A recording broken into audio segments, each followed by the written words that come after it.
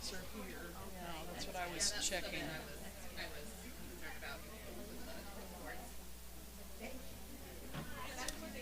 Uh, and Gil and Jane are not here yet. Yes, they are. They're right here. Okay, let me go.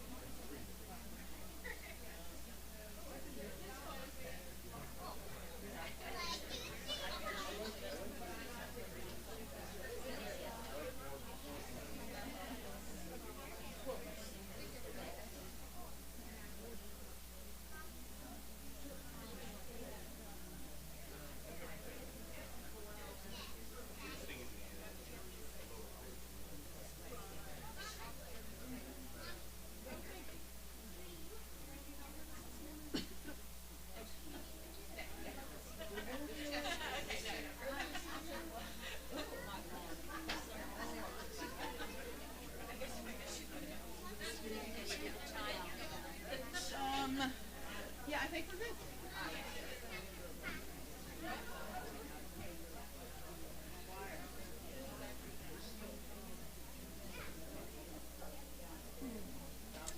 Well,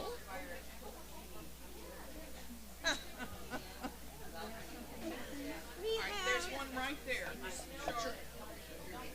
thank you. It's the one thing I didn't check.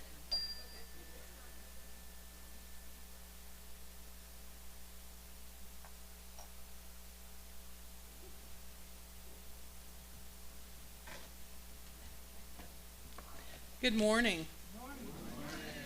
Welcome to the Unitarian Universalist Fellowship of the Emerald Coast. Good to see everybody. This morning that thunder was going. I thought, oh, nobody's going to come to church today. But here you are. I am Reverend Ruth Van Lillian. My pronouns are she, her. So glad to welcome everybody. I want to say hi to those who are streaming. We're so glad that you are joining us as well. If you are a first-time visitor, I hope that you've had a chance to look at the Facebook page and the website, but if not, please do. It's full of information. And we also have visitor cards in the foyer, and we'd love for you to sign up for our e-news so we can let you know what's going on. This morning we are dedicating 8 beautiful children, recognizing their membership in the human family, and committing ourselves to support them and their families as they grow. Part of that commitment is providing a dynamic, nurturing program of religious exploration, which relies on the time and efforts of volunteer teachers. We are about to begin our summer term, and we're already planning ahead for the fall. Our amazing DRE, Liz, who is sitting toward the back. Hi, Liz. Liz Wilkins has selected a great curriculum and will lead a brief, easy, informative orientation and training for the teaching teams. No experience is required, and if we can get enough folk on board, each person will only have to teach once or twice a month. We also need folk who are willing to be substitutes, just in case. So, as you are discovering about me, I have a clipboard, and I'm going to pass it around.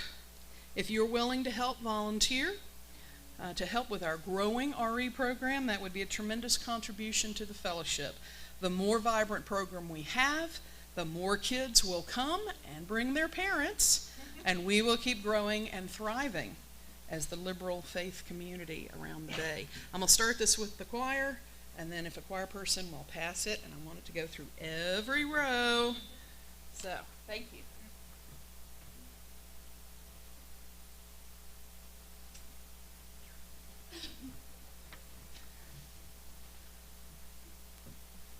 Good morning.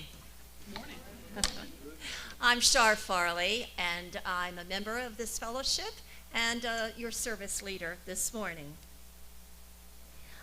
Please take a few minutes to look through the order of service, and we want to welcome any visitors or friends of the fellowship here. If you're not familiar with our program and our service this morning, let me remind you that at 11:15, after we've had some chance to have coffee and tea and some light refreshments at the end, we will have our second hour program for both children and adults. And if you're visiting children and adults, and if you're visiting this morning, we would like you to know about, we have two groups for the adults. The first one is Loving the Strangers in Our Lives, and that's going to be meeting in the Harmony Room, which is right on the other side of this wall. Jane Park will be leading that group. And then we have Freethinkers Friendly. This is a discussion of secular topics.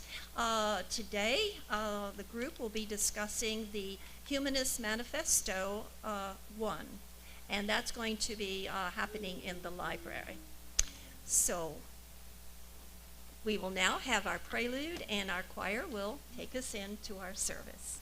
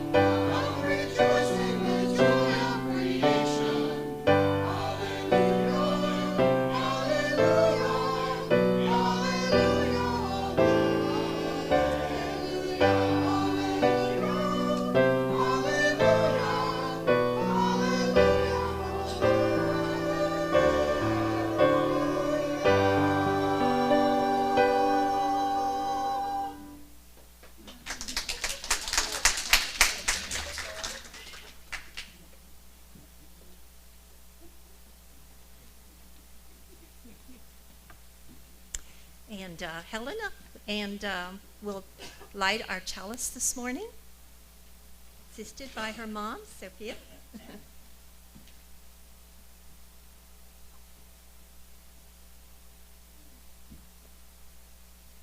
To be a Unitarian Universalist means it will never be done with the work of telling the truth about oppression, the work of resisting any laws, policies or practices that deny the humanity of all.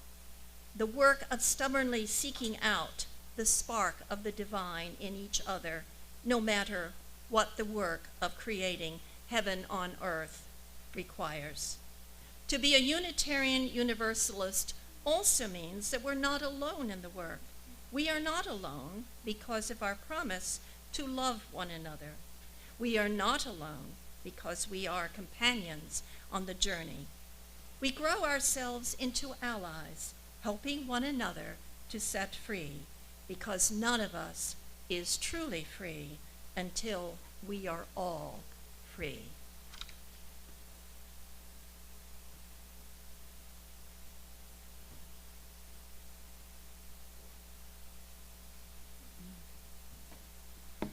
Our call to worship is a litany. You are welcome here. That is your response. So whenever I give you the signal, you say, you are welcome here. Wherever you live and wherever you have traveled, you are welcome here. Wherever you are on your faith journey and whatever life-affirming beliefs you hold, you are welcome here. Whatever cultures and traditions help make you who you are welcome here. Perform, you are welcome here. We celebrate your self-presentation, your clothing and decorations. You are welcome here. We have all experienced this welcome, and we want to share it. You are welcome here. Our opening hymn is in the teal hymnal. The number is incorrect in the order. It's 1012, or the words will be up on the screen. When I am frightened, 1012. Let us stand as we're able. Will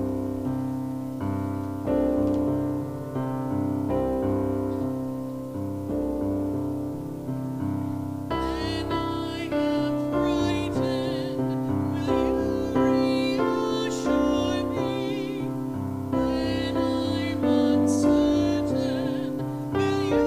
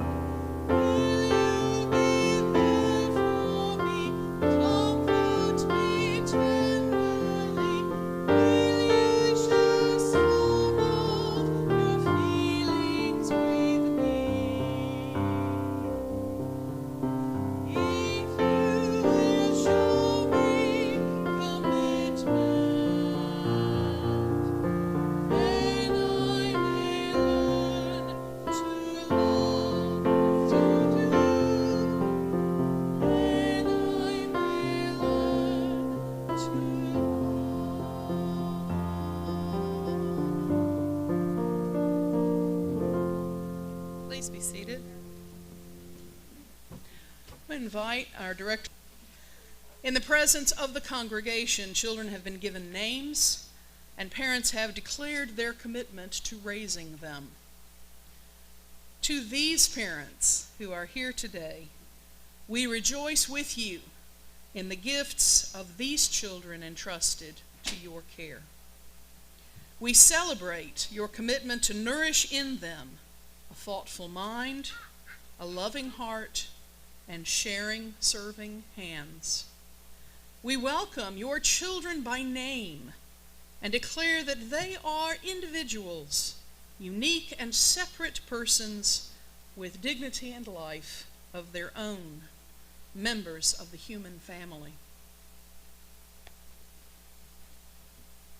We perform this ceremony publicly to declare that we all, as parents, friends, and representatives of this community of faith, share in the responsibility for the care and development of the children. It is our task to strive to give them a world of peace and justice in which to grow. It is also our place to help them understand our ideals and hopes and to help prepare them to choose their own. Would the parents please bring their children forward as their names are called? One family at a time. We'll go Erica Erickson and Alex Faulkner.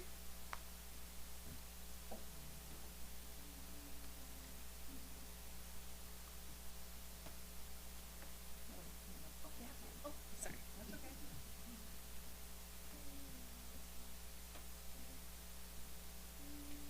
Erica and Alex.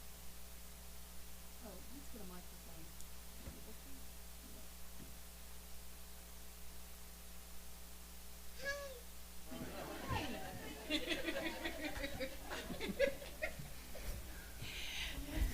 Erica and Alex, will you, to the best of your ability, to continue to raise your child according to the ideals of love and care? Do you present this child before this community of faith, seeking their ongoing love and support for the well-being of your family? Yes.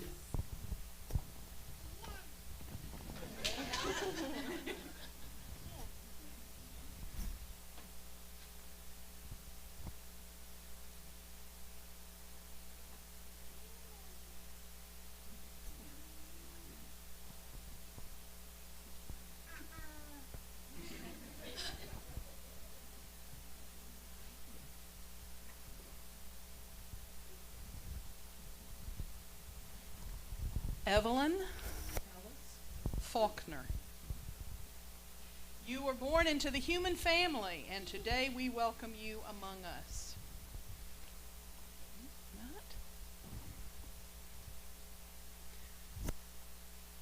With water, we bless you, for it is the symbol of purity and life. We will appreciate your uniqueness. We will teach and learn from you. We will love you and respect you. With this rose, we bless you, for it is a symbol of unfolding life and love. The thorns have been removed to symbolize our commitment to provide a safe environment in which you may grow and learn.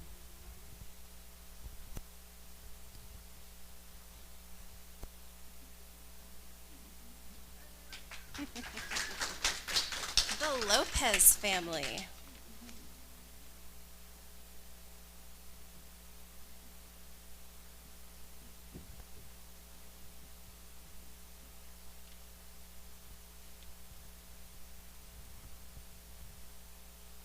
Sophia, will you, to the best of your ability, continue to raise your children according to the ideals of love and care?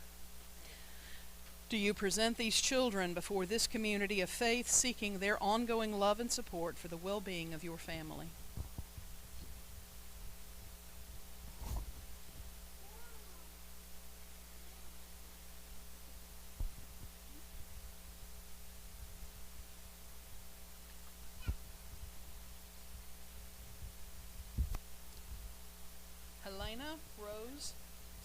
Helena Rose Lopez. You were born into the human family, and today we welcome you among us.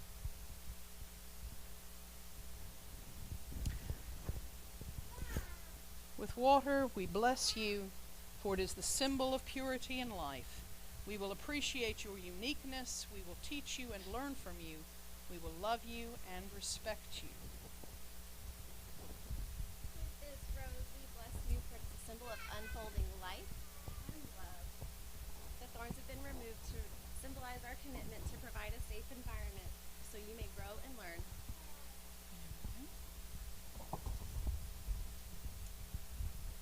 Dorian Jeremy Lopez, you were born into the human family, and today we welcome you among us. With water, we bless you, for it is the symbol of purity and life. We appreciate your uniqueness. We will teach you and learn from you. We will love you and respect you. With this rose, unfolding life and love. The thorns have been removed to symbolize our commitment to provide a safe environment in which you may grow and learn.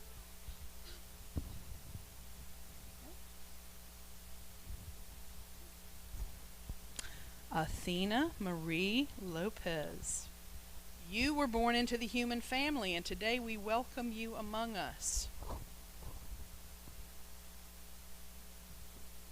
With water, bless you, for it is the symbol of purity and life. We appreciate your uniqueness. We will teach you and learn from you. We will love you and respect you. With this rose, we bless you for it's a symbol of our unfolding life and love. The thorns have been removed to symbolize our commitment to provide a safe environment in which you may grow and learn.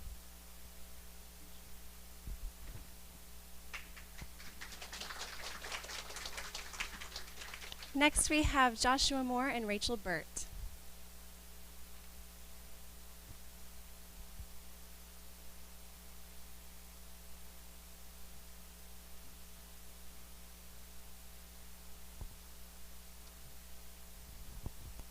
Joshua and Rachel, will you, to the best of your ability, continue to raise your children according to the ideals of love and care? Do you present these children before this community of faith, seeking their ongoing love and support for the well-being of your family?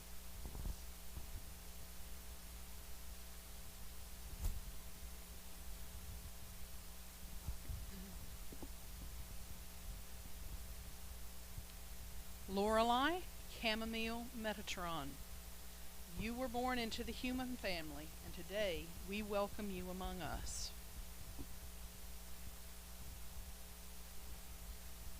With water we bless you, for it is the symbol of purity and life.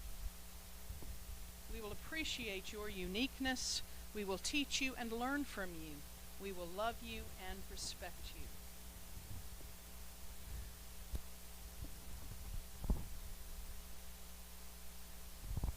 With this rose, we bless you, for it is a symbol of unfolding life and love. The thorns have been removed to symbolize our commitment to provide a safe environment in which you may grow and learn.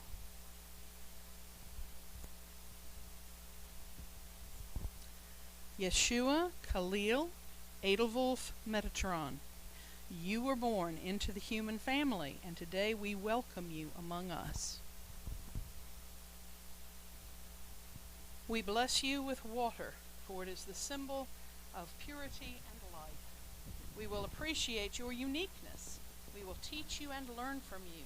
We will love you and respect you.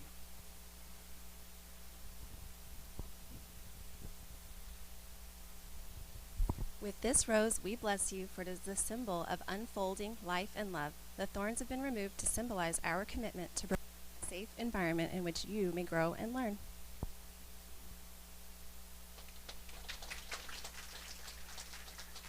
We have Ian and Elena Teagarden, please.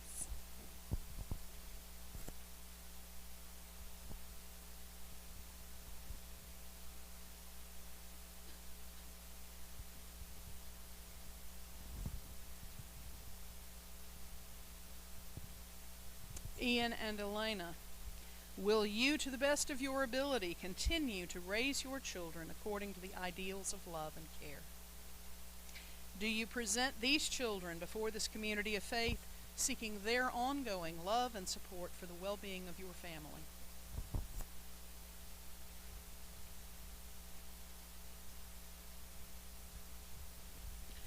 Magnus Ian Teagarden, you were born into the human family, and today we welcome you among us. We bless you with water, for it is the symbol of life and purity. We will appreciate your uniqueness. We will teach you and learn from you. We will love you and respect.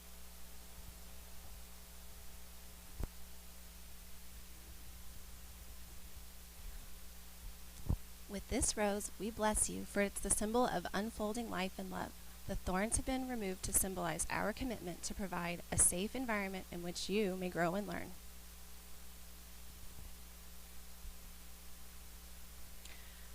Declan Alaric Teagarden, you were born into the human family, and today we welcome you among us. With water we bless you, for it is the symbol of life and purity. We will appreciate your uniqueness. We will teach you and learn from you. We will love you and respect you.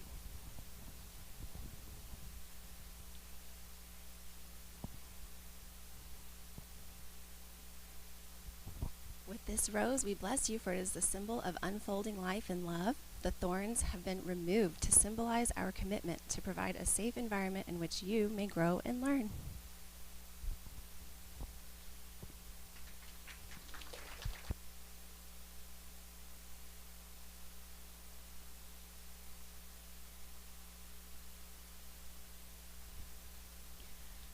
So now I want to invite all the families to stand and turn and face the congregation.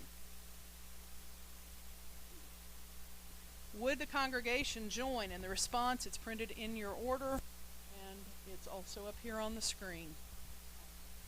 We give thanks for your lives and for the new hope you bring. We will support you and your families through all the experiences of life. We will delight in your joys, share in your sorrows, and encourage you in your becoming. Welcome, dear ones, to this beloved community. Please be seated.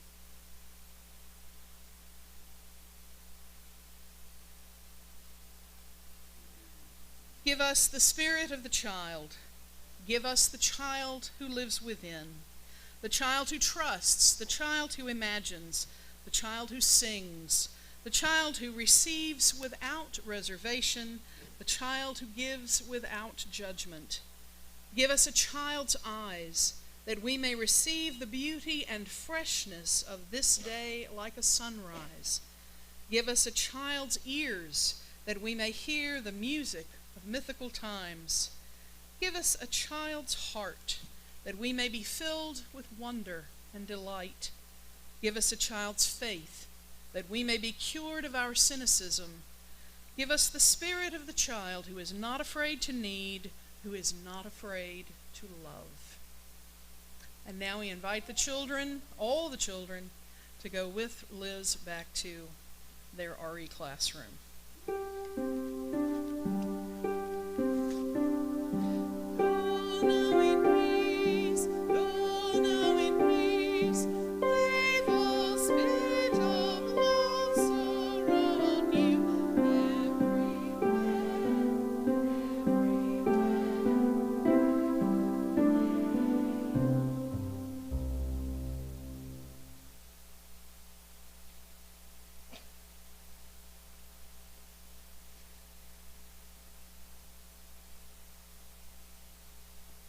You are now invited to come forth if you have a joy, a concern, or a milestone that you're celebrating. Just state your name and in a brief statement, tell us what you are sharing today, and then place a pebble in the bowl.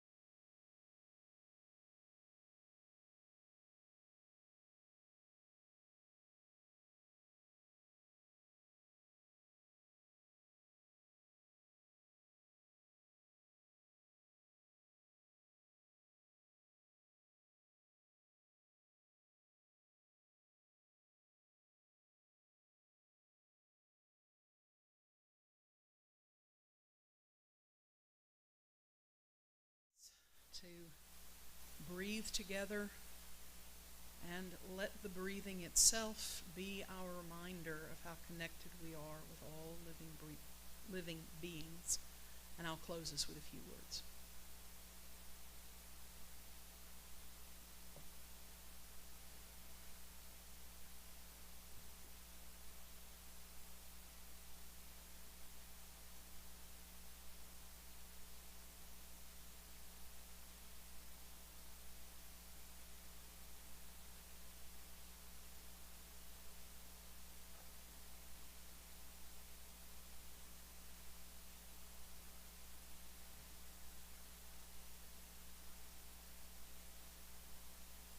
We are born into the great spinning motion of the galaxy, the spinning motion of the solar system, the spinning motion of our home, the earth.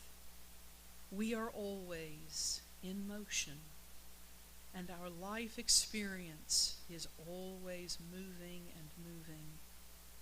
And so we are dancing in celebration, and we are weeping in sorrow, and we are crying out in pain, and we are raising our fists in anger, and we are living and living in the spinning, in the motion that is life. It is the dance, the constant dance, and the good news is we do not dance alone. Amen. Shalom. Blessed be.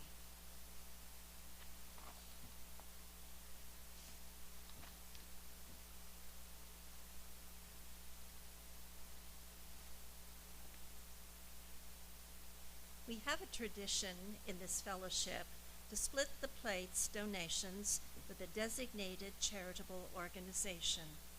If you wish your donation to be applied to your pledge, please indicate that on the check's memo line. All other cash and undesignated checks will be split with this month's Share the Plate recipient, Opportunity Place of Fort Walton Beach. Opportunity Place provides temporary emergency shelter for families and single women who are homeless due to a negative event or situation. They work to help those families find permanent housing and the resources that they need to be self-sufficient. Please be as generous as you are able. And now, will the greeters please come forth to collect the donations.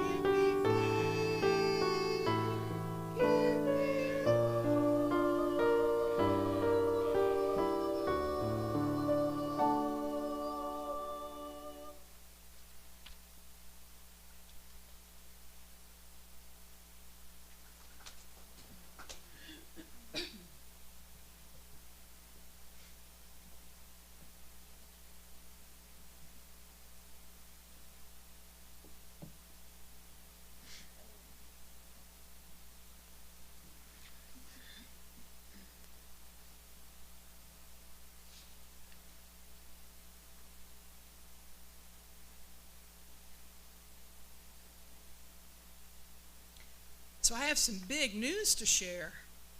I am expecting.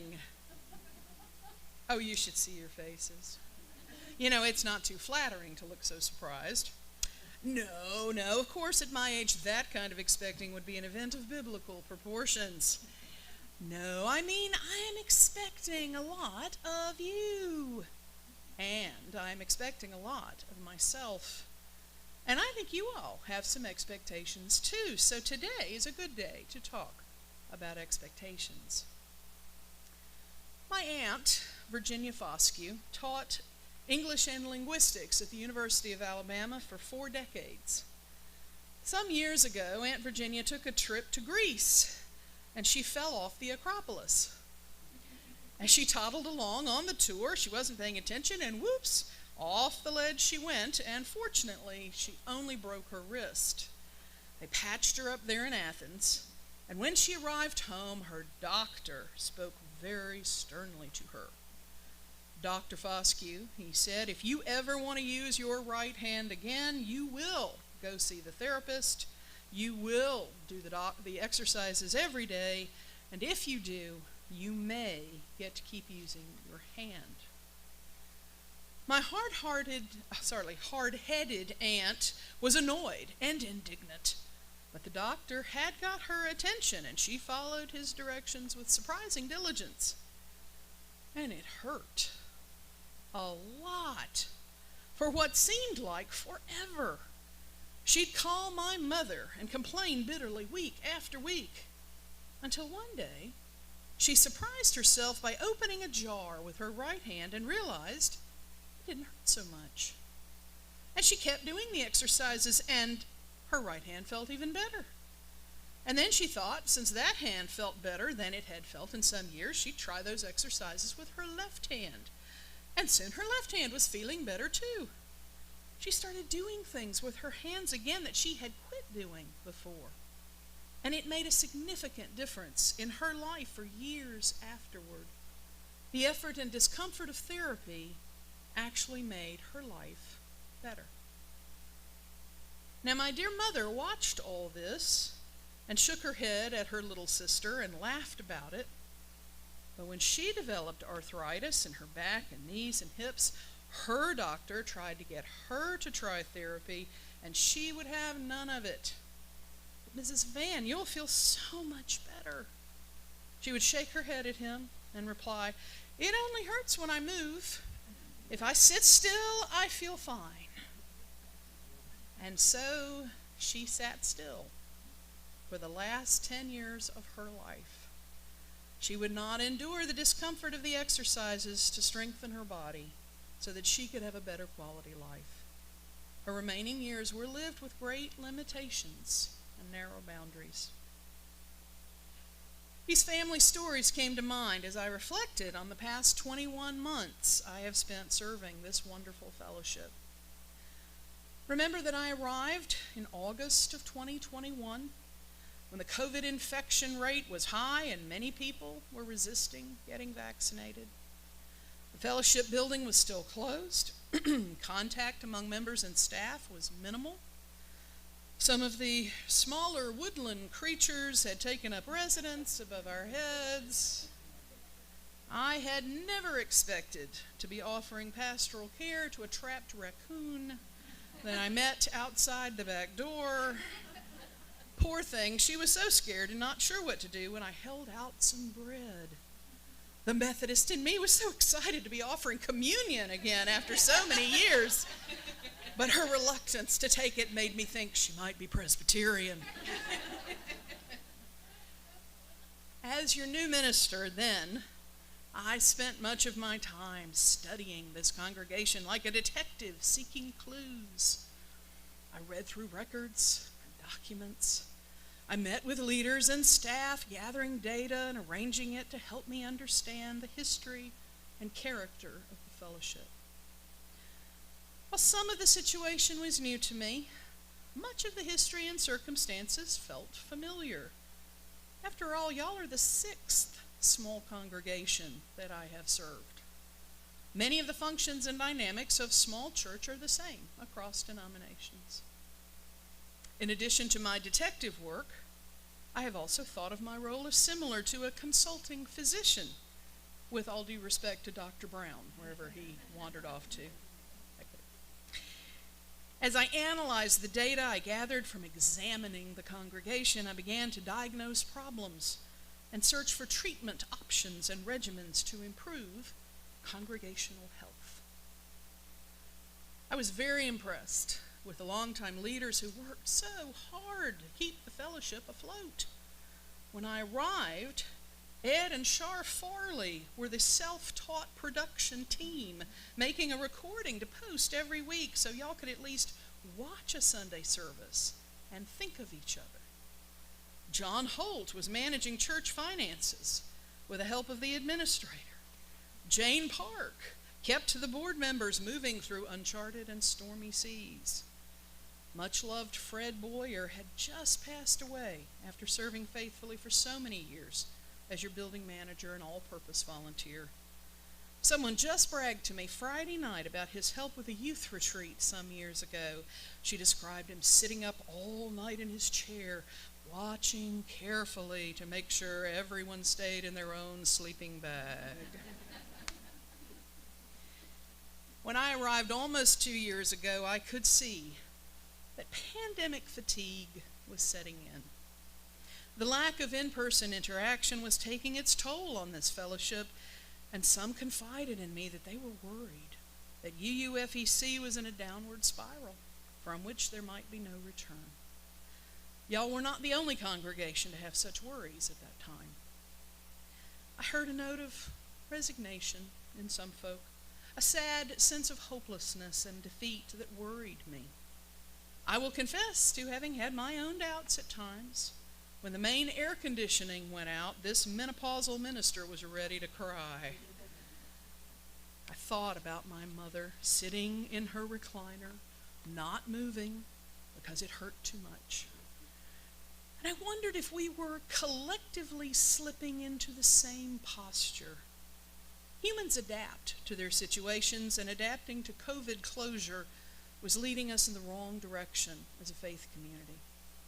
The human tendency to avoid discomfort works in groups as well as individuals. We like sameness, routine, predictability. We can get comfortable and resist changing too much, even when that effort can really lead to growth and a better life. Once at a rural church I was serving when I was Methodist minister, there was quite a lot of excitement when a widowed pair, Quinn and Mary Virginia, both in their late 70s, decided to get married. At the next church women's luncheon, when Mary Virginia was absent on account of being on her honeymoon in Gatlinburg, there was extensive discussion on this topic among the most elderly widow women sitting around the table. I must report that there was some amazement, some wistfulness, even some jealousy. Miss Francis, who was about 90, asked me, "Preacher, do you think you could find me a man to look after me in my old age?" The rest of them teased her. "Oh, Miss Francis, most men just want a woman to look after them, not the other way around."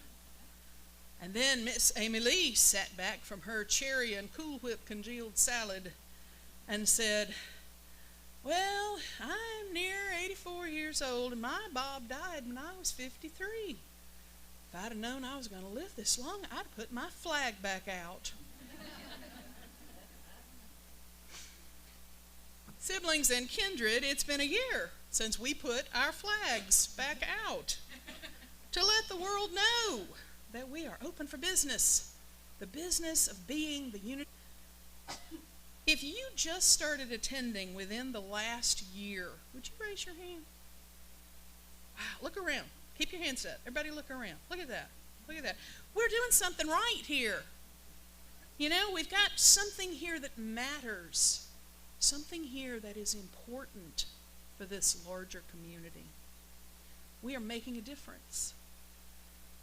This fellowship can continue to make a difference and to find new ways to make the world better. So let's get back to expectations. Here's what you can expect from your part-time contract minister. I I will continue to be in communication with our administrator, Erica, about the Sunday order of service and the e-news and other administrative matters. I will connect with the committee chairs to keep abreast of various ministries and projects. I will continue to support and supervise our excellent staff, and I will keep an eye on our burgeoning children's religious exploration program. I will meet with the board, reporting, listening, and suggesting possible courses of action. I will be in the pulpit in person or via recordings often enough to stay connected, and I will structure and lead meaningful Sunday experiences, work with the Religious Services Committee to make that happen. And I will provide the fellowship with some consistent ministerial leadership. I will continue to be available remotely via phone and text and email and Zoom to serve as best I'm able, according to the next contract that the board and I will be working out. You can expect me to continue to help the fellowship increase its financial stability. This begins with my own pledge to the congregation, because I do not ask anyone here to do something I am not cheerfully willing to do myself. Generosity is a spiritual discipline for me. And as your spiritual leader, it is very important that I demonstrate this in my personal practices. While I am your minister, we are in this together. Now, what do I expect from all of you? It is what you should expect from each other. Expect each other to take the commitment of membership both joyfully and seriously. We live in a world where people sometimes quickly and thoughtlessly take up responsibilities and just as easily drop them when they become inconvenient. This isn't a social club, though social interaction is a large part of what we do. This isn't a recreational facility or a lecture hall, though recreation and intellectual stimulation are also a large part of what we do. This isn't merely a community-based justice organization, though caring and justice work is a vital part of our fellowship life. A religious community is unlike any other organization in society. We come here to be in the company of people who are similar enough to feel companionable and different enough to stimulate and challenge us to grow into better human beings. We come here to find ways to combine resources toward a common mission, to act for caring and justice in the larger world. We come here for hope and healing when we are battered by life and we need help to figure out what to do next. We gather here in an environment where we can find forgiveness for our failings and inspiration for growing toward our best selves. Expect each other to give time toward ministries and projects within and without these walls. Internal nourishment is necessary for outward performance in the caring and justice work which gives UUs their identity. Expect each other to give those particular talents, tools, and training in all areas of congregational functioning. Expect each other to give generously and consistently of financial resources like you just did in our outrageously successful stewardship program. If we believe in what this congregation is and does, we will each be honored and happy to support it with all at our disposal. So we are all expecting great things from each other in this wonderful place. Let us be bold with our expectations. Let us look forward with hope and excitement. We have many reasons to be optimistic. Keep your expectations and your energy high. Things are looking good for the Unitarian Universalist Fellowship of the Emerald Coast. The future looks so bright, we're all going to need to wear shades. Amen. Shalom. Blessed be. Woohoo! Let's sing. Would you turn in your teal hymnals to 1028 or look up on the screen Let's sing this wonderful hymn, The Fire of Commitment. Put your backs into it. As you are able, I invite you to stand.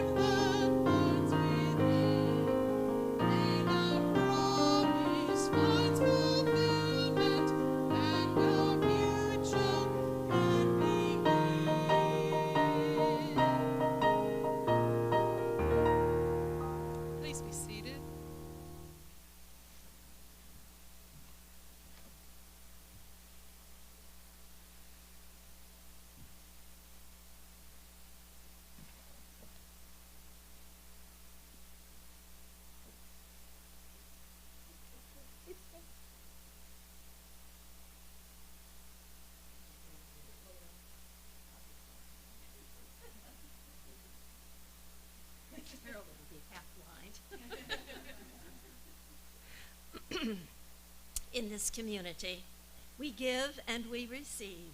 May we go forth now to share the beauty of our love.